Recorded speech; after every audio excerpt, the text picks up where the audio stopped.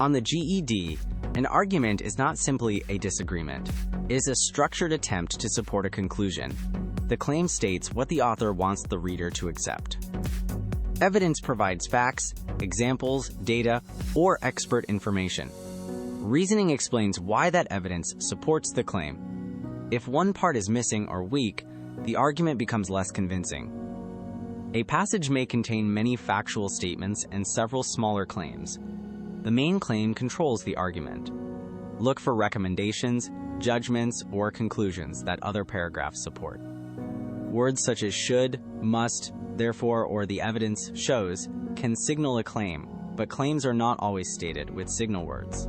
Ask what the author ultimately wants you to believe.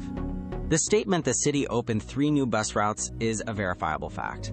The statement the city should invest more in public transportation is a claim. Facts may support claims, but they are not interchangeable. GED questions may ask which sentence states the author's position or which piece of evidence supports it. Labeling each sentence by function makes the relationship clearer. Evidence is strong when it directly addresses the claim and comes from a credible source or method. A large, well-designed study may support a broad claim better than one personal story. However, a detailed example may explain how a policy affects an individual. Judge evidence by purpose, relevance, quality, and scope rather than assuming one type is always best. Suppose an author claims a new school schedule improves attendance. Evidence about student satisfaction may be interesting, but it does not directly prove better attendance. Attendance records before and after the change would be more relevant. When evaluating support, ask whether the evidence answers the exact question raised by the claim. If it supports a different idea, it is not enough. A conclusion can be larger than the evidence. If one class improves after using a new method, the result may justify further testing, but not the claim that the method works for every school. Watch for sample size, time period, and variety of cases. Strong reasoning respects the limits of the evidence instead of extending it far beyond what was observed. Reasoning is the bridge between evidence and conclusion. Authors sometimes state the bridge directly, but you may need to identify it. If a study shows shorter wait times after a clinic changes its scheduling system, the reasoning may be that the new system uses available appointments more efficiently. If you cannot explain the connection, the evidence may be irrelevant or the argument incomplete.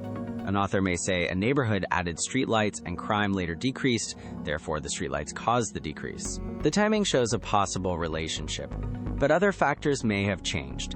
The argument needs more evidence before claiming causation. GED questions often test whether you can identify what additional information would strengthen or weaken a conclusion. To strengthen a claim, look for evidence that directly confirms the proposed cause, removes competing explanations, or expands the reliability of the result.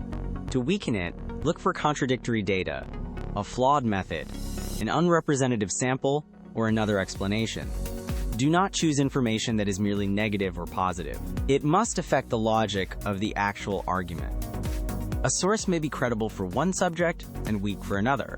A physician may be qualified to discuss medical treatment, but not transportation engineering.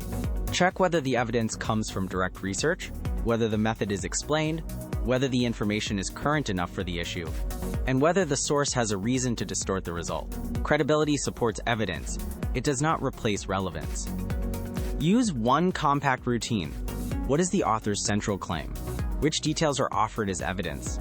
Are those details relevant and sufficient? What reasoning connects them to the conclusion? What assumption must be true? This routine turns argument questions into a series of checks instead of a vague choice between answers that merely sound convincing. Strong arguments depend on more than facts. They also depend on fair assumptions and controlled reasoning. The next lesson examines hidden assumptions, biased framing, overgeneralization, false cause, and other flaws. You will also learn how GED distractors imitate those weaknesses and how to eliminate them systematically.